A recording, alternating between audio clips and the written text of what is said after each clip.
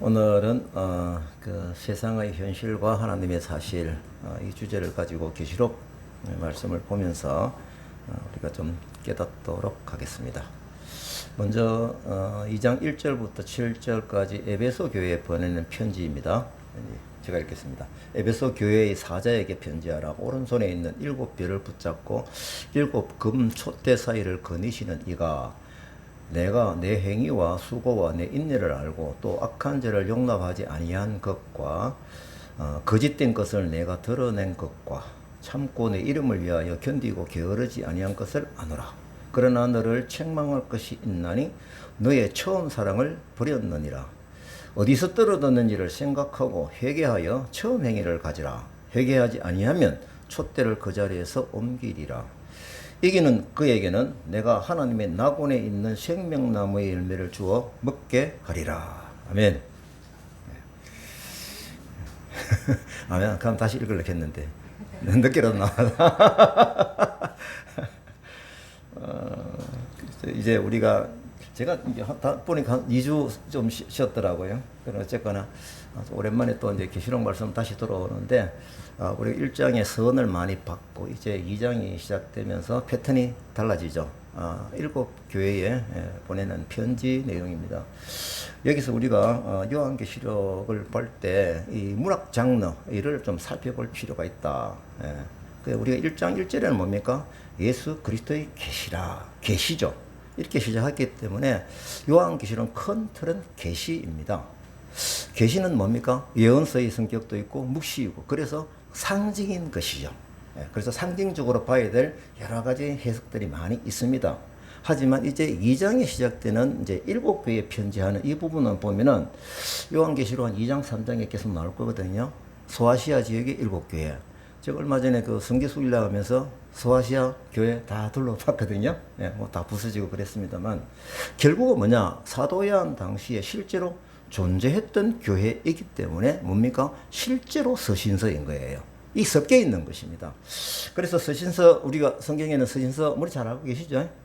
바울 사도가 로마서, 또 골로새서, 에베소서, 데살로니가, 전후서 이렇게 많은 서신서를 목회자에게, 개인에게, 교회에 보낸 것을 우리가 기억을 하고 있습니다. 그래서 이런 측면에서 우리가 7교회에 대한 설명이 나올 때 현재입니다. 그죠? 실제로 환란을 겪고 있던 그 지금의 그때 당시 7교회 그것을 말하는 것입니다.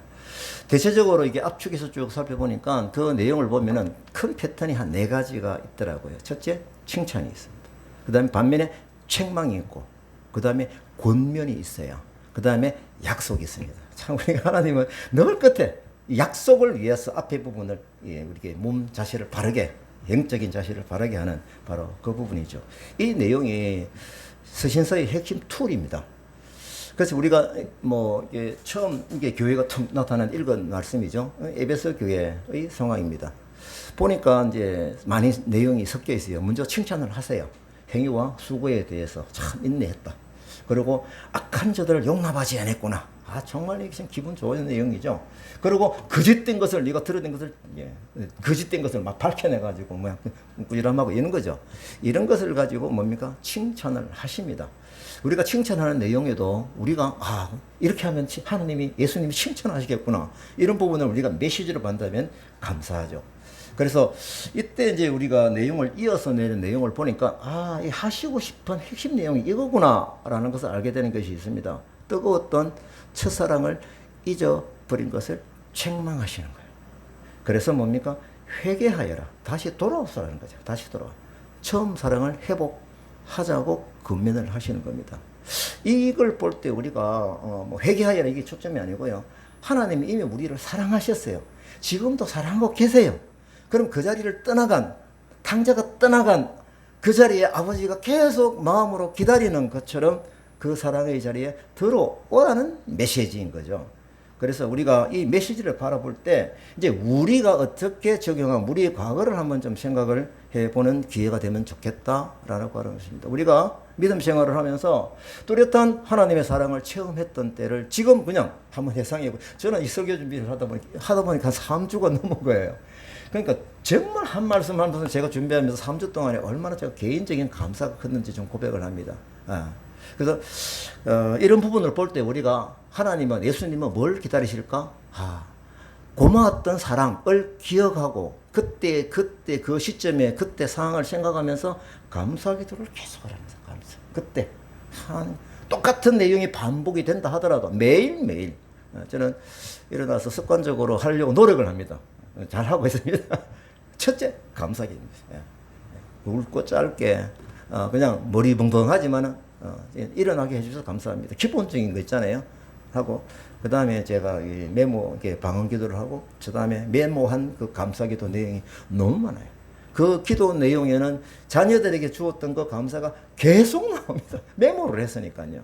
결국은 하나님께서 예수님께서 첫사랑을 기억을 하고 다시 돌아오너라라고 하는 것은 우리가 매일의 감사가 있으면 되겠구나. 그때를 생각하면서 한 방으로 끝내는 것이 아니라 그래서 우리가 실시간으로 이게 듣고 스스로 돌이켜서 이것을 한번 생각해보는 기회를 가지도록 하십시다. 적용을 해보자는 것이죠. 성령님의 터치가 사랑의 감동으로 왔을 때, 잘 들으세요?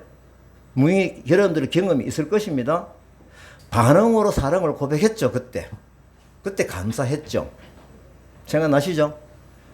그리고 그때의 결정이 또 결심했던 마음이 기도했던 것이 우리의 영적인 자선으로 잘 유지되고 있어야 하는 것입니다. 그러면은 지금 계속적으로 이게 10년 전이든 20년 전이든 주셨던 그 감사가 계속 내 마음에서 영적인 자선으로 있으려고 그러면 어떻게 된다? 감사 기도를 하는 만큼 길어집니다. 그만큼 진해져요. 제가 이제 이 사역을 하면서 오시는 우리 동역자님 말씀 중에서 이은정 권사님 오늘 안 계셔서 참 아쉬운데 제가 계시면 간증시키라고 그랬어요. 그분이 하시는 얘기가 참 다카에 와서 해결된 것이 있다. 좀 몰랐죠. 그분은 보니까 선교로 부르심을 받고 인터컵에서 선교 훈련도 받고 해외 선교로 가려고 그렇게 했는데 못 갔다라고 하는 거죠. 그러니까 그게 늘 마음이 짐이 되고 있었는데 늘 부담이 있었는데 다카에 와서 이게 참 실제로 뭐 이게 지금 제가 보는 이준정 권사님 말씀 사역자예요. 앞으로 그렇게 쓰실 거예요. 주방에서 막 실력이 너무 좋으니까 맛이 있으니까 하고 계시긴 한데 그걸 하면서도 뭡니까? 이 부담이 없어졌다라고 해요. 감사의 회복이죠. 저는 동역자로 오신 분이 어떤 사역의 결과를 막 만들어내고 이런 거에 대해서 기뻐하는 그것보다는요, 다카 사역에서 이렇게 개인적으로 이현자 권사님처럼 이 간증의 얘기를 들으면 정말 행복합니다. 그게 핵심이거든요. 저도 사실 이 사역을 시작하면서 두 가지 말씀드렸잖아요. 제가 연합사역하면 잊지 않겠습니다. 그리고 하나님 복음 전하는 기쁨을 늘 회복하고 가지도록 하겠습니다. 라고 하는 것이죠. 어제도 정말 감사해도 오랜만에 무슬림 친구 2명하고 성경과 꾸라니 비교를 갖다 하다 보니까 미잔 이 친구가요. 요즘 우리 기독교로 말하면 신학교로 나온 친구들하고 보니까요. 와, 대단한 친구. 이 눈빛이 달라요. 대학교도 나오고. 그래서 제가 매주 꼭 하자라고 결심을 한 적이 있습니다. 그런데 왜 제가 이 말을 참 그런 시간을 생각하면 너무 기뻐요. 그래서 그걸 감사기도에 살아있으면은 그게 10년 전이든 20년 전이든 그때 주셨던 하나님의 타치 그게 계속적으로 내 마음에서 영적인 자선으로 뭉클거린다. 이게 하나님의 방법인 것입니다. 오랫동안 믿음 생활을 하면서도 이러한 처음 사랑에 대한 뚜렷한 흔적이 없을 수도 있어요. 한번 생각해 보시면 그죠? 대체적으로 평균적으로 어떻습니까? 모태신앙인 경우에야 모태신앙인 경우가 모태신앙입니다. 발음이 좀 틀려진 거 알겠습니까? 못한다. 그런 경우 참 많이 있어요. 그래서 사실은 우리가 예수 믿고 변화되지 않는 사람은 있을 수가 없다. 반드시 변화가 일어난다. 크든 적든 턴 포인트. 그래서 제가 이 기록을 하면서 저를 계속 이제 돌이켜 본 거예요. 제가 아까 말씀드렸잖아요. 긴 기간 동안에 계속 옛날에 감사 막 너무 좋았어요. 제가 중학교 2학년 때 교회 처음 출석을 했습니다.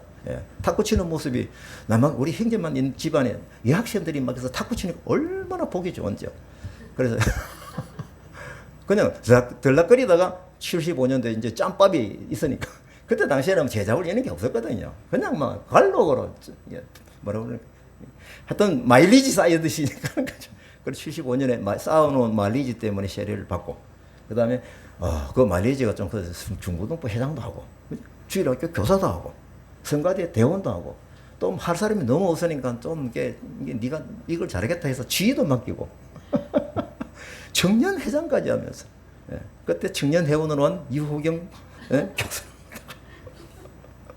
뭐 생각하면 할수록 막 그 과거들이요 얼마나 무시무시하게 살아나는지. 근데 제가 여기서 말씀드리고 싶은 거는 그때 제가 돌이켜 보니까 그냥 교회 생활만 했지 기억나는 믿음 생활은 없는 거예요. 다시 말하면 사랑의 어떤 이런 타치를 받고 감사하고 이런 부분이 전혀 없었던 것 같아요. 그냥 교회 생활이에요. 아까 말한 짬밥 교회 생활. 그러다가 이제 군대를 제대하고 취직을 해야 되는 어두운 현실, 그죠? 맞습니까? 어두운 현실. 이게 직장을 잡는 게 너무 큰 백수의 고통을 제가 충분히 겪어봐서 압니다. 그럼 학벌도 안 좋죠. 1억서 내면 오라는 데는 없죠. 칠성사이다 운전하는 데는 오락하죠. 이 어두운 현실에 부딪혔을 때 그때서야 처음으로 번쩍 정신이 들고 지금까지 그냥 대충 머릿속에서 툭툭툭툭 그냥 가슴으로 와닿지 않는 그 부분들이 이제는 내 가슴에 간직하기 위해서 취직을 위해서 기도해야 되겠구나. 그래서 3일간 금식 기도를 들어갔죠. 저는 금식 기도 잘 못합니다. 그건 처음으로 이제 한 거죠. 결국 거기서 제가 기도하면서 하나님께 매달리면서 정말 매달리는 심, 이 줄을 놓치면 내가 영원히 일어나지 못한다는 심정으로 직장을 달라고 계속 기도했죠. 그때 하나님께서 저에게 직장을 주시는 부분보다 더 중요한 비전을 주신 거죠. 너는 남을 위해서 살아라. 제가 이 비전 때문에 감사의 충격이 엄청납니다. 엄청나요. 그 후에 저를 성장시킨 7년의 시간이 흘렀습니다. 다시 자기전도 따게 하고 대학교도 공부하게 하고 그 늦은 대학교 그리고 취직도 하게 하고 대학원 공부도 하게 하고 그 결혼도 하고 그리고 제가 경남대학에서 11년간 강의도 했다니까요. 세상에 어떻게 이렇게 제가 돌이켜보면 제 능력이 아니에요. 하나님께서 비전을 주시고 책임져 주시는구나. 그게 비전 받아서 금방 1년에 한두 달 만에 끝나는 감사가 아니고요. 계속 이어지는 연장선상이죠. 그러니까 여기까지만 봐도 7년이잖아요. 그래서 제가 하나님께서 저에게 비전을 주시는 그 실천하기까지 7년을 기다리신 거구나. 저를 성장시켰구나. 지금도 감사 기도가 나오는 이유가 그겁니다. 제가 원고를 준비하면서 정말 좀 감사 기도가 참 많았어요. 그렇다. 하나님의 사랑은 한 점에서 끝나는 것이 아니다. 선으로 이어지는 사랑이다. 이것을 잊고 산다면 에베소 교회 책망이 바로 나를 향한 책망이 되는 것이다. 이미 주셨기 때문에. 네가 잊어버리고 있기 때문에. 하나님은 우리를 아시는 대로 먼저 사랑하셨고 지속적으로 사랑하고 계시기 때문에 우리에게 첫사랑을 회복하자고 하는 것은 뭡니까? 아까 말씀드린 대로 돌아오는 탕자를 어제나 저제나 이제나 기다리는 아버지의 마음으로 품으시는 사랑을 깨닫게 되는 것입니다. 이것이 우리의 형상으로 창조하셔서 사랑의 관계로 맺으신 하나님의 간절한 바램인 것이죠. 그래서 이 부분은 책망이라기보다는 이미 사랑하신 하나님이 이 사랑의 자리에서 너와 다시 만나고 싶다라고 하는 바로 그 부름의 권면인 것입니다. 이제 우리 두 번째 교회를 살펴보도록 하겠습니다. 서머나 교회입니다. 2장 8절부터 11절까지 편지 내용을 보겠습니다. 제가 굵은 글씨 위주로 읽겠습니다. 서머나 교회의 사자에게 편지하라. 처음이요 마지막이요 죽었다가 살아나시니가. 이 부분은 우리 요한계시록 서론에서도 계속 강조된 패턴을 아셔야 됩니다. 처음이요 마지막이다. 내가 내 환난과 궁핍을 알거니와 실상은 네가 부유한 자니라. 너는 장차 받을 고난을 두려워하지 말라. 내가 죽도록 충성하라. 그리하면 내가 생명의 관을 내게 주리라. 이기는 자는 둘째 사망의 해를 받지 아니하리라. 아멘. 예. 서머나 교회는 보면은 칭찬만 있어요. 그 칭찬의 내용이 뭡니까? 너희 교회가 핍박과 고난 속에서도 이겨내는 그 부유함이 있었구나. 이 칭찬입니다. 그렇게 끝나시는 게 아니에요. 하나님께서는 메시지를 주세요. 앞으로 계속되는 고난이 있을 것이다. 지금처럼 잘 이겨내어라. 이거예요. 그래서 뭡니까? 생명의 만류관을 네가 받게 될 것이다. 이 권면과 약속이 같이 쏟아지는 거예요. 우리가 복음에 처음 접했을 때, 자, 우리 잘 보십시다. 예수 믿으면 인생이 복받는다. 맞죠? 거짓말 아닙니다. 그죠? 복받는다. 예. 그러니까 이 복이 뭐냐는 것은 처음에 보면 무조건 in my pocket 되는 것만 생각하겠죠. 오케이, 됐죠, 오케이. 지나가면서 하나님이 그 깨달음을 주세요. 그 복의 개념을 잘 들으십니다. 우리가 지금 이주민 청년들에게도 그렇게 복음을 사실 전하고 있습니다. 하지만 속으로 이 캡틴은 뭡니까? 가지고 있죠. 나중에. 지금 하산에게는 그 얘기를 합니다. 어렵고 힘들잖아요. 하산에게 이 얘기를 해도 되는 거예요. 그리고 서리나에도 마찬가지고. 벌써 이제 그 단계까지 들어가는 거죠. 근데 믿음 생활을 하면서 여러분들 아시는 대로 환난과 궁핍이 있죠. 우리는 이 부분을 어떻게 하나님의 복이라고 말할 수 있을까입니다. 이게 중요합니다. 아니, 증언할 수 있을까입니다. 이거는 증언하지 않고 말로서 설명하면 이해가 안 돼요. 이러한 역설적인 증언을 간증을 해야 우리의 다음 세대가 알아듣습니다. 시니어는 이런 책임이 있어야 돼요. 오래 교회 생활을 해가지고 이런 부분 간증 없이 그냥 어려움을 당하면 야 참아야 되겠다. 카페 앉아가지고 네가 의하겠노 이래야 되지 뭐. 이게 나가봐. 시간이 해결될 거야. 이런 식으로 우리가 해결을 해야 될 것입니까? 9절 말씀에 일단 그 답이 있음을 확인합니다. 9절 봅니다. 내가 내 환난과 궁핍을 알거니와 뒤에 시작. 다시 한번 9절 읽습니다. 시작.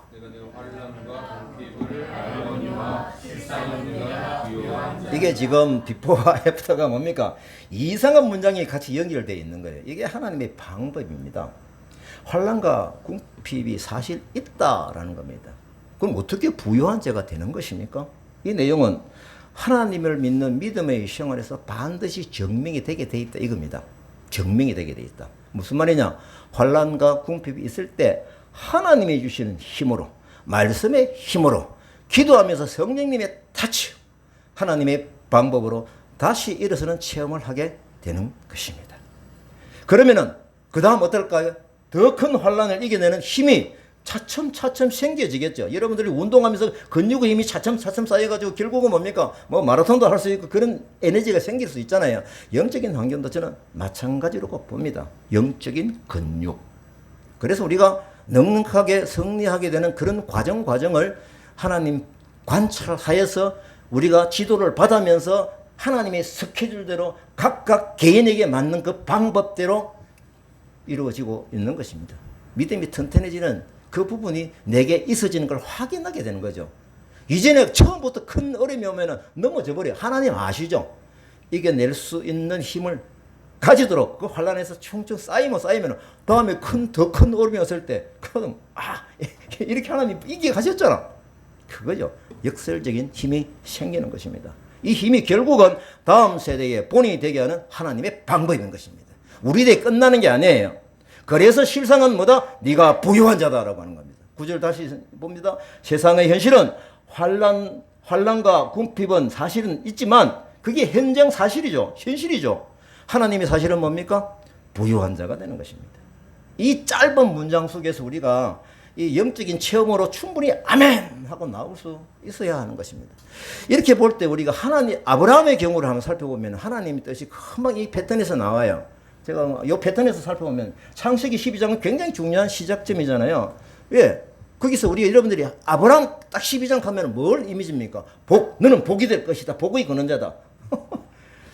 맞죠?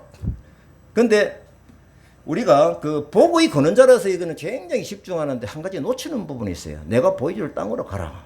이 명령이 있는 거예요. 그러면 우리가 이것을 왜 간과해서는 안 되느냐라고 하면은 고향과 친척 아비집을 떠나라 하고 하신 그 이유를 깊이 보셔야 된다는 겁니다. 그걸 크게 생각하지 않아요. 당시 아브라함이 살고 있었던 갈대아 우르, 여러분들 성경 금방 다 배우잖아요.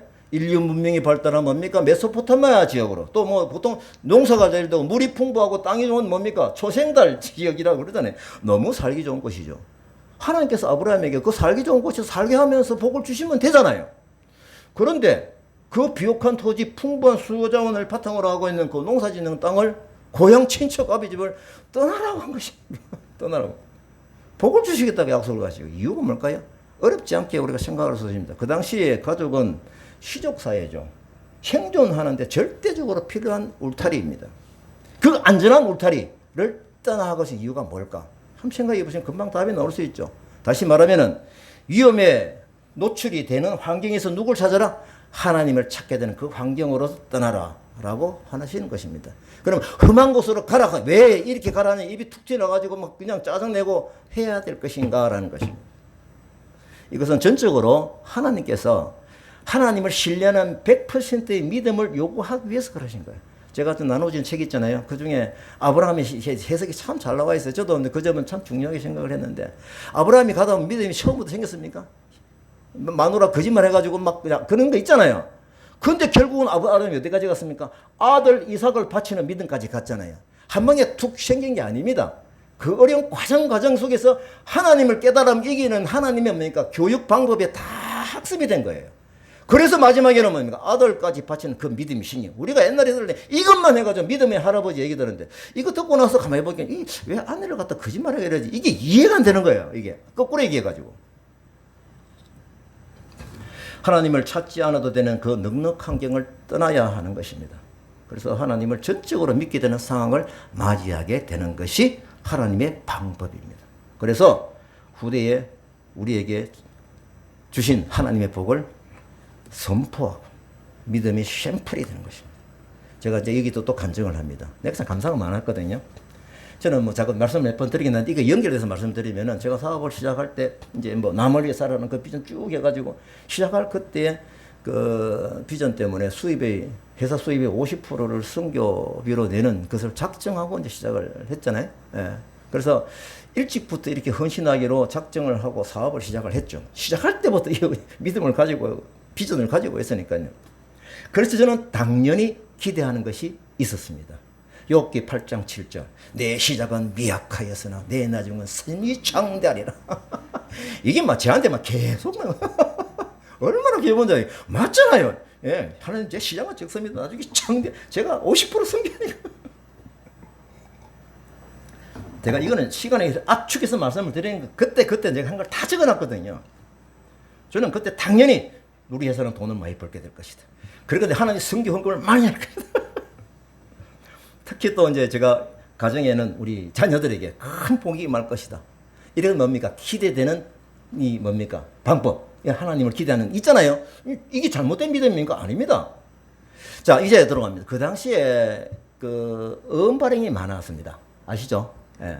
그래서 제가 하나님을 잘 믿고 수입이 50% 헌신하며 살아가니까 받은 음이 딴 데는 막 부도 나는데 나는 부도가 나는 거예요. 야, 그래서 제가 이제 콧노래를 부르듯이 주장을 합니다. 야, 인마 하나님 하나님 믿고 샤워해봐, 인마. 예? 하나님께 헌신하면 해봐. 받은 음 부도 안 나. 제가 막 그냥 크게 소리 얘기를 많이 해봤겠네. 할만하죠? 특히 그 1997년 11월 달에 IMF, 그죠? IMF 상황에 딱 있어 보니까 주변 회사들이 받은 음이 부도가 너무 많이 나는 거예요. 맞잖아요. 사업하신 분 다 기억합니다. 너무 많이 부도 나고요. 근데 우리 회사가 완전한 거예요. 제가 잠깐.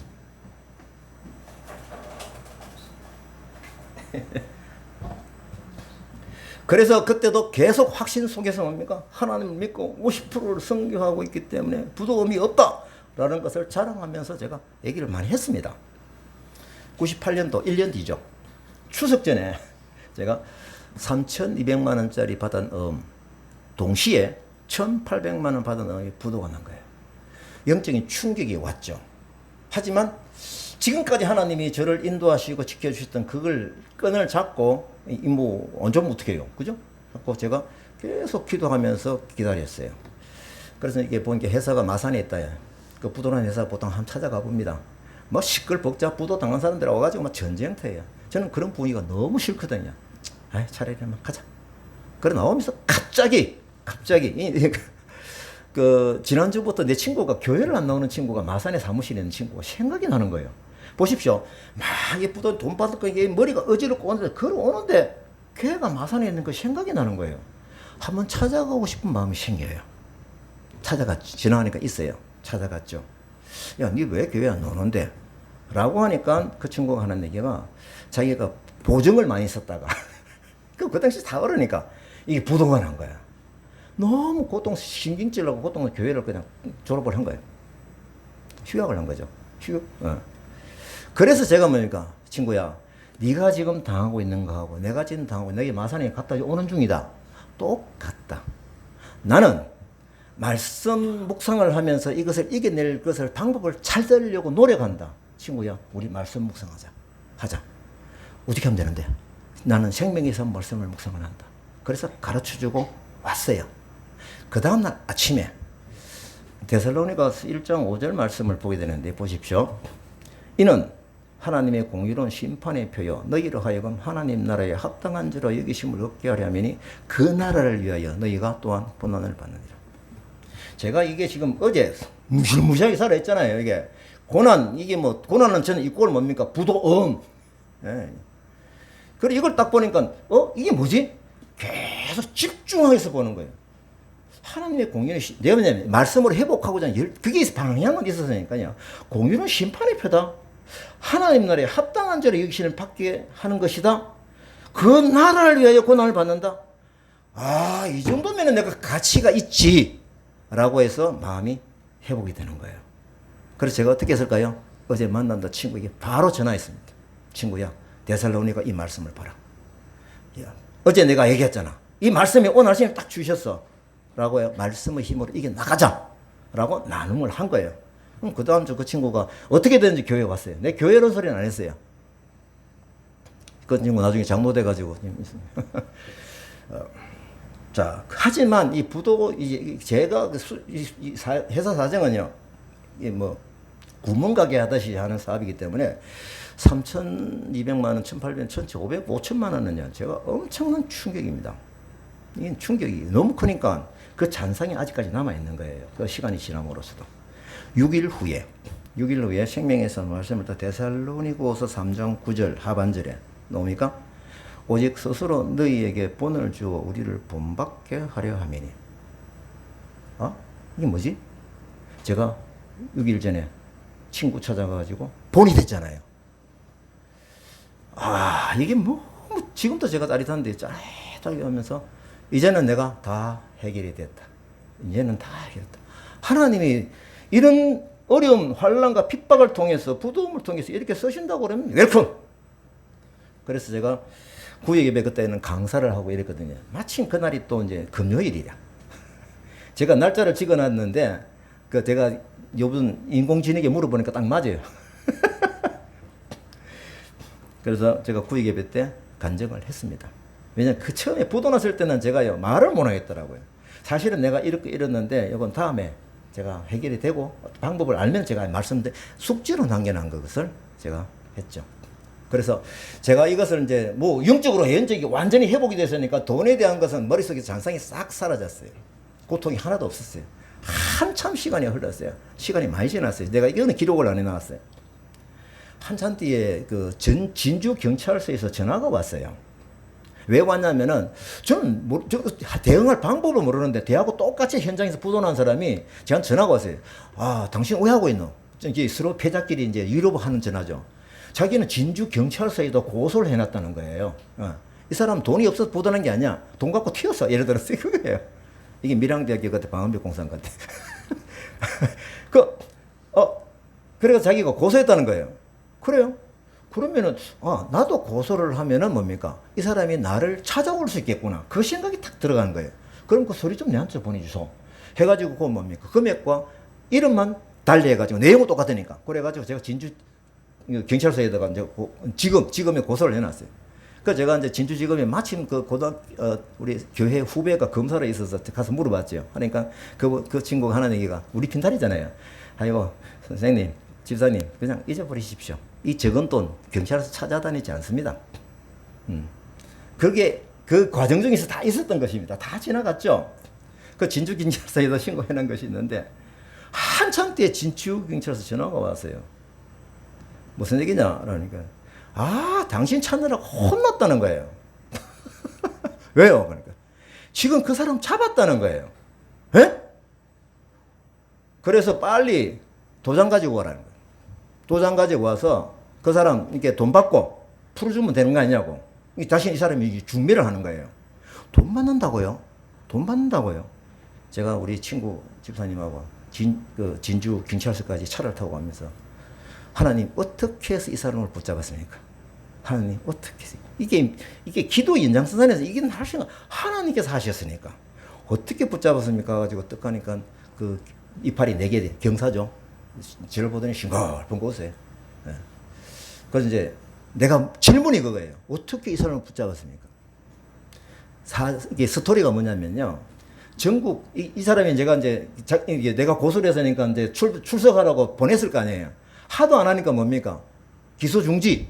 그거로 해가지고 그냥 서류가 둥둥 떠내려가고 있었는데, 한 달 동안 전국 경찰에 기소 중지자 잡는 경연대회가 생긴 거예요. 건수가 크든 적든 한 건 해결. 경찰들이 눈을 밝히고 찾아다닌 거예요. 그죠? 이 친구요. 돈 내고 보다가 저기 진주에서 저녁에 테레비보다 잡혀왔어요.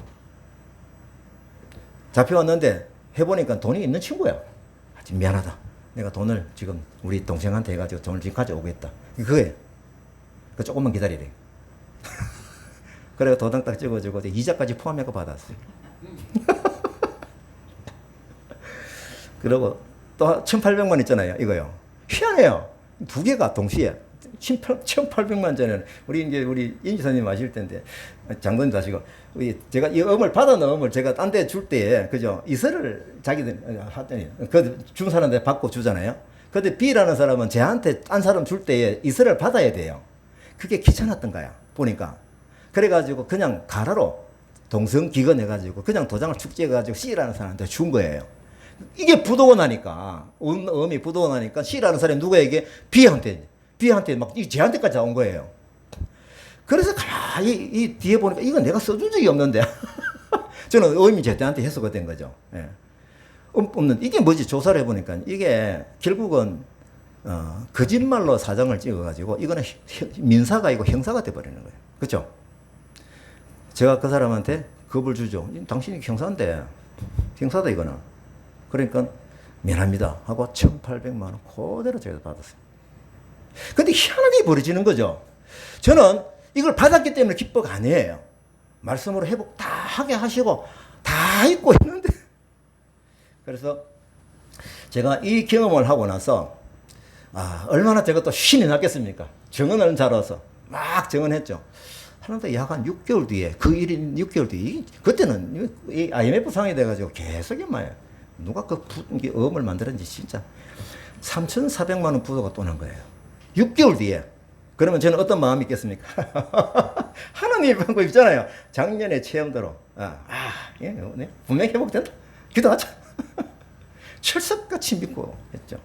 그런데 1999년 9월 15일 내가 날짜까지 기록해 놨습니다. 회복 불능이 온 거예요. 이건 안 되는 거예요. 그때 제가 하나님께 충격이 와가지고 하나님 저는 이제부터 이 간증 못 합니다. 왜 이랬습니까? 막 불만을 터뜨리면서 제가 얘기를 했어요. 기도를 했어요. 그날이 수요일이에요. 99년 9월 15일 제가 인공지능 물어보니까 수요일 맞아요. 수요일 날 교회 가야 되잖아요. 근데 예배 마치고 나서 그때는 우리 교회에서 구역 강사 교육이 수예배 마치고 나서 있는 거예요. 그래서 그날 저녁 강사 교육이 있었는데 그때 말씀이 디모데후서 1장 9절 18절인 거예요.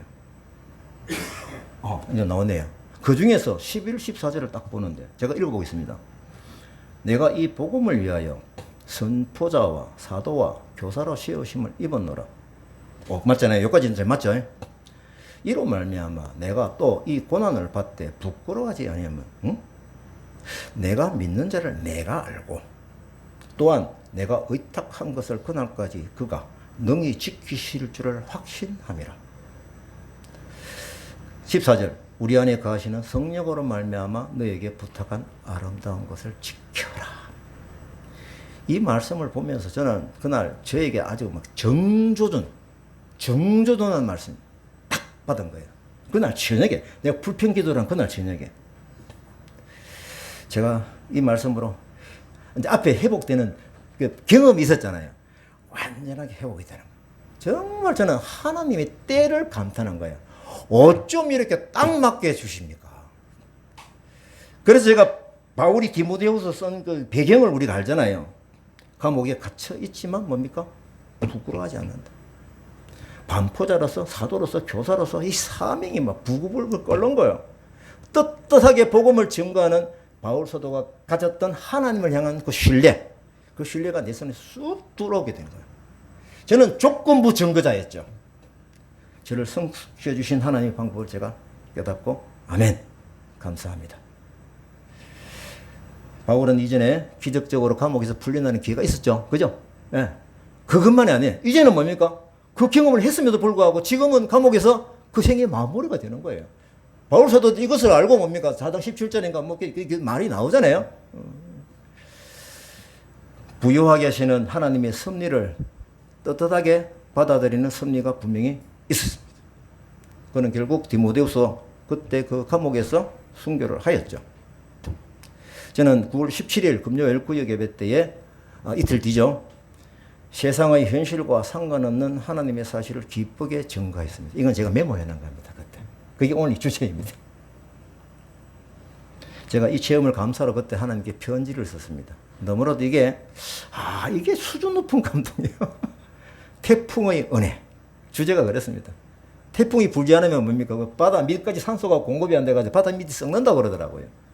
그래서 제가 돈 때문에 고생은 되겠지만 마음 깊숙한 곳에 공급된 하나님 은혜가 분명히 있음을 제가 감사 편지를 쓴 거예요. 한번 보십시오. 그때 돈 회복됐다 하더라도 그 감사가 제한테 있겠습니까? 그때 주셨던 하나님의 방법은 제 안에 계속 살아있고 이 살아있음이 어디까지 가는 줄 아세요? 제가 오늘 궁금한 없습니다. 아내가 유방암이 왔을 때도 말씀을 붙들려고 하는 그 집중력, 믿음이 힘이 생기는 거죠. 그때 제가 기록한 편지 마지막 부분을 제가 읽어보겠습니다. 하나님, 저를 어떻게 쓰시려고 이런 교육을 다 시키십니까? 그러나 하나님 이제 부도 말고 좀 다른 방법으로 좀 사용해주세요.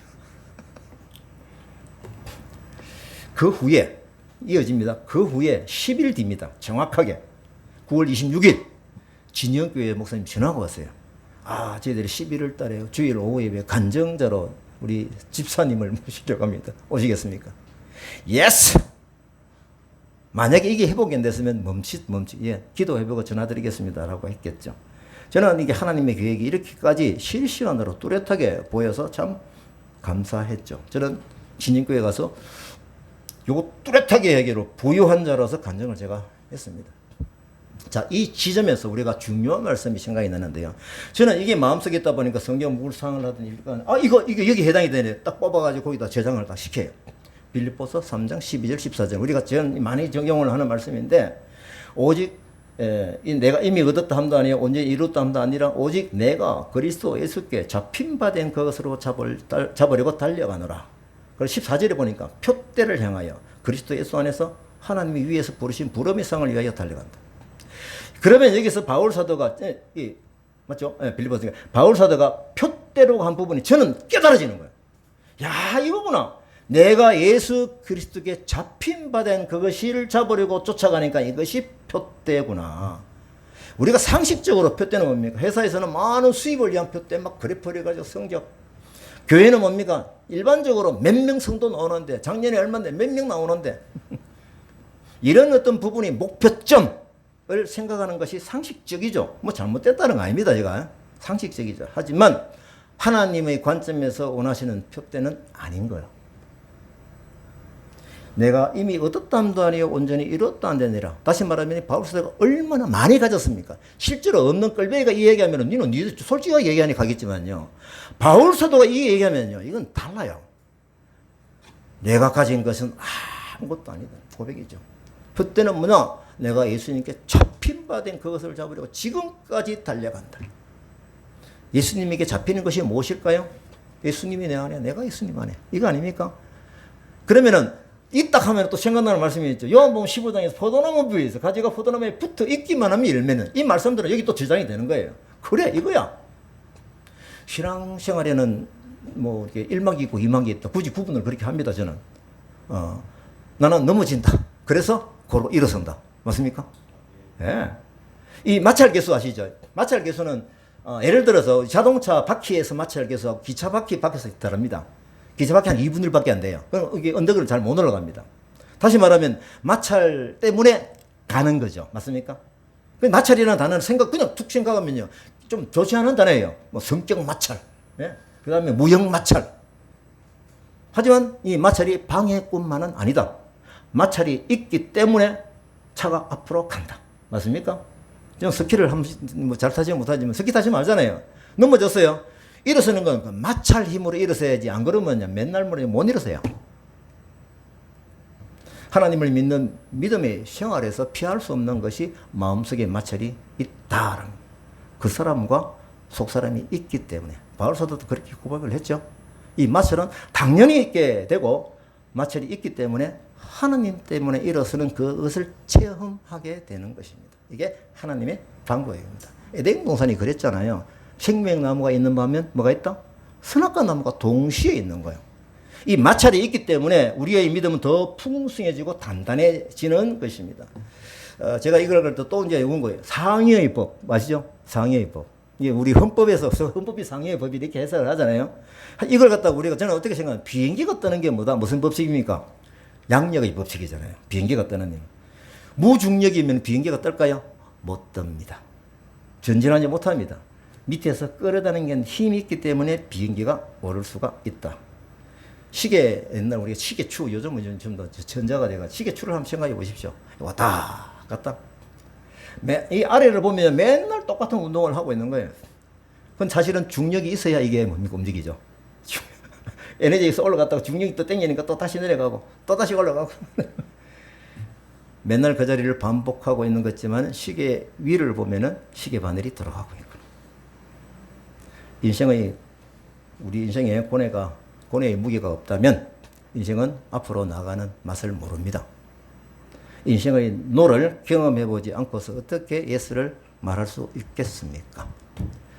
인생의 노와 하나님의 예스를 경험해보지 않고 어떻게 하나님의 예스를 증거할 수 있겠습니까? 하나님의 능력의 통로, 축복의 통로로 사용하시기 위해서 인생의 노를 허락하신 하나님의 섭리를 바로 깨달아야 됩니다. 하나님께서는 가나안의 예스를 알게 하시려고 광야 40년의 노를 주신 거죠.